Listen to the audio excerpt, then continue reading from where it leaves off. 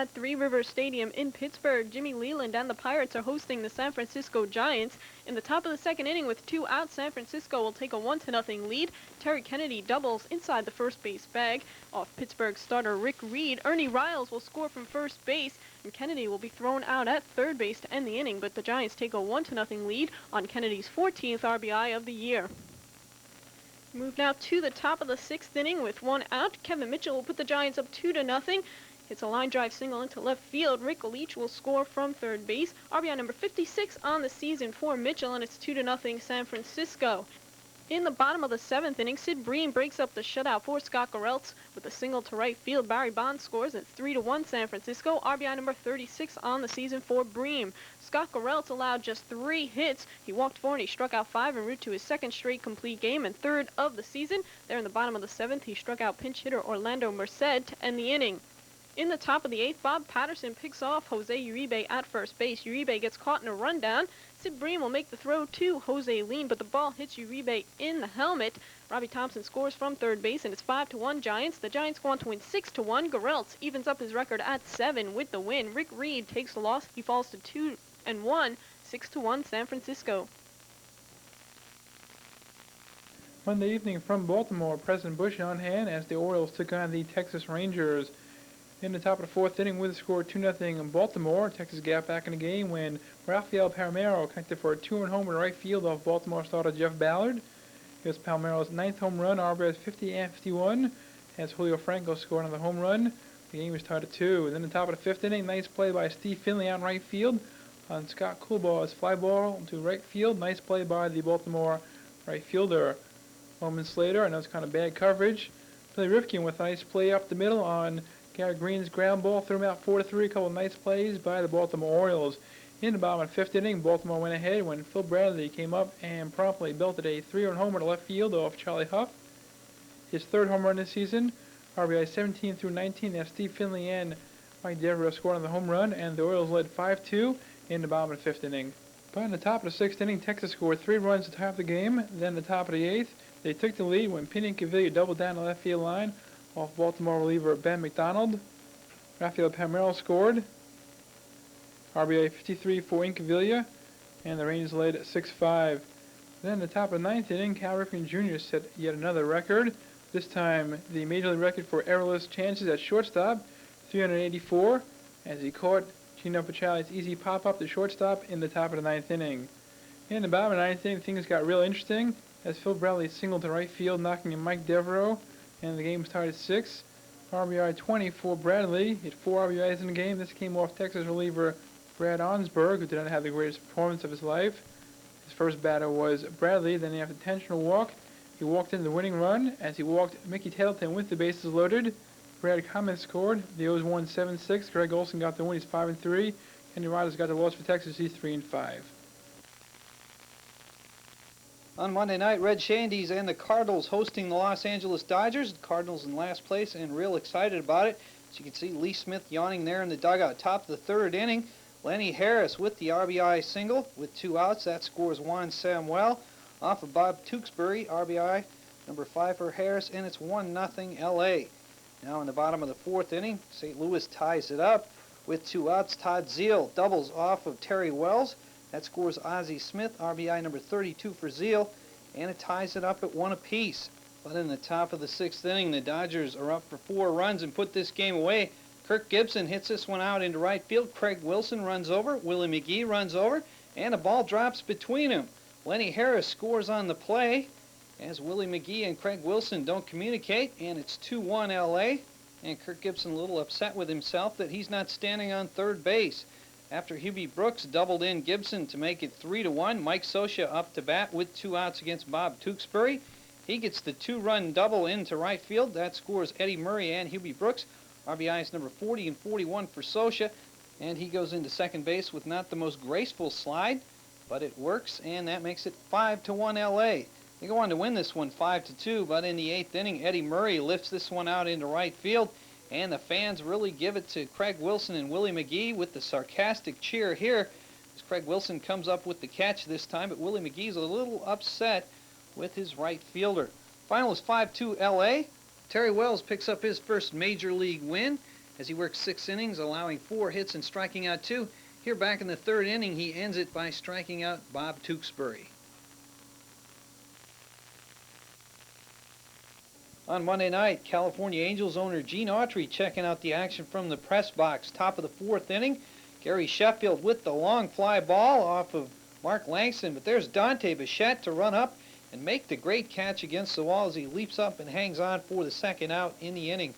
One more look at the great play by Dante Bichette. In the bottom of the 4th inning, Lee Stevens making his first Major League appearance. He had his first Major League hit in the 2nd inning and his first Major League RBI here in the bottom of the 4th. As he knocks in Dave Winfield, it's 1-0 Angels. After Gary Sheffield had tied the score to make it 1-1, a great play coming up here as you look at Bert Blyleven play with some metal balls. Bottom of the 6th inning with Lee Stevens on at second base, Ron Robinson pitching. Greg Vaughn comes up throwing. Stevens going home is blocked at the plate by B.J. Surhoff and thrown out. A great play by the catcher and left fielder as you take one more look at Greg Vaughn's throw to B.J. Surhoff, who sticks that big leg of his out there and doesn't allow the rookie Lee Stevens, who had 3 hits to that point, to score his first Major League run. The top of the 7th inning, Rob Deere will give the Brewers a 2-1 lead when he hits this long solo home run with 1 out off of Mark Langston. It's his 16th of the season, RBI number 44. That made it 2-1 Brewers. Robin Yount added an RBI single to make it 3-1. Then in the bottom of the 8th inning with 2 on, and Lee Stevens representing the go-ahead run, Dan Plesac comes in and puts him down with the Major League fastball. Stevens 3 for 4 on the night as Dan Plesac puts him out there. And in the bottom of the 9th inning, this little kid caught a foul ball. The only problem was he didn't know that he had it. His dad shows it to him, and he's all excited. Dan Plesac got his 15th save. Here he ends the game by striking out Brian Downing. The final is 3-1 Milwaukee. Robinson gets the win. He's now 3-1. The loss goes to Mark Langston. Despite the complete game, he's now 4-11. And the Yankees are hosting the Kansas City Royals on Monday night. And in the bottom of the 1st inning, Jim Leyritz with the 2-out RBI single into right field, scoring Deion Sanders. 10th RBI on the season for Leyritz, that one coming off of Pete Filson, and it was 1-0 New York. They had a chance to make it 2-0. Jesse Barfield up to bat here in the bottom of the 1st. He sends this one deep to left field. Jim Eisenreich going back on the ball. Looks like he has a play at it. It looked like it might have gone out too, but the fan got in the way. Jim Eisenreich says that's an out. Barfield thinks it's a home run, but third base umpire Tim McClellan says it's an out on fan interference, as they rule that Jim Eisenreich could have caught that one had the fan not jumped in there, and they point him out, the guy there in the gray and white sweatshirt.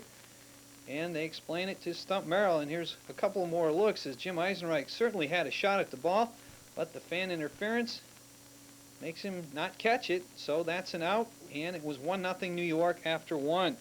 In the bottom of the 4th inning, the Yankees hit a pair of solo home runs. Leading things off, Steve Balboni takes Pete Filson deep for his 9th home run of the season, RBI number 20. That made it 2-0 New York as he sends that one deep to left field. And with 2 outs in the bottom of the 4th inning, Bob Guerin up to bat against Pete Filson as Steve Balboni and Don Mattingly discuss the home run and a little late coverage here, but Bob Guerin smokes this one into left field for his 6th of the season. It's a solo shot coming with 2 outs. That made it 3-0 New York.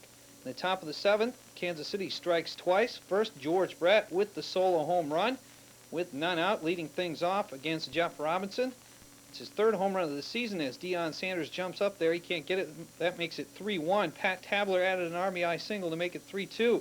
And Dave Righetti would come in and get his 18th save. Here he strikes out Jim Eisenreich to end the game. The final 3-2 Yankees as Jeff Robinson gets the win. He's 2-5. Pete Filson takes the loss. He's 0-1. And Rags picks up save number 18 as the Yankees win it on Monday night. Of Major League Baseball great plays begins with none other than Mr. Felix Jose, the right fielder for the Oakland Athletics. He made possibly the play of the year over the weekend against the Milwaukee Brewers as Robin Yount was bidding for a home run. But Jose went up and grabbed it. The ball bounced off his glove, but he cradled it against his chest and held Mike Felder at third base. Felder tagged up from second base but was unable to score as Felix Jose made a great play. The ball a little snow cone in his glove, but he grabs it with his bare hand in right field, and Felder is only able to go to third base.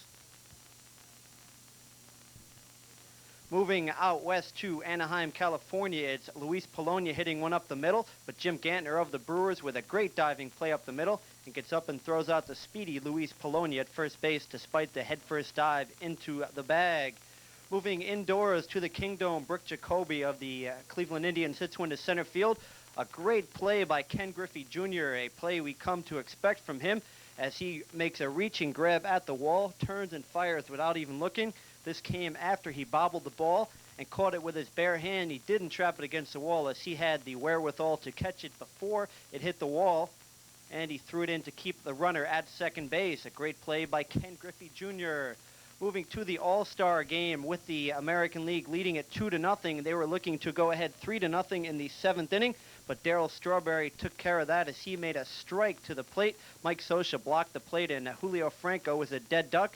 Darryl Strawberry showing an all-star arm as he makes a play in the All-Star game to cut down Julio Franco of the Texas Rangers at the plate. That one's worth another look. A perfect throw by Darryl Strawberry on the fly, and Mike Scioscia, as always, does a great job of blocking home plate, and Franco cannot get in safely. Julio Franco gets robbed here as Randy Milligan of the Baltimore Orioles makes a great diving catch. Franco robbed of extra bases by Randy Milligan. Bo Jackson made a great play here over the weekend as Joe Orsulak bid for an extra base hit. It's in the gap, but the speedy Bo Jackson ran it down.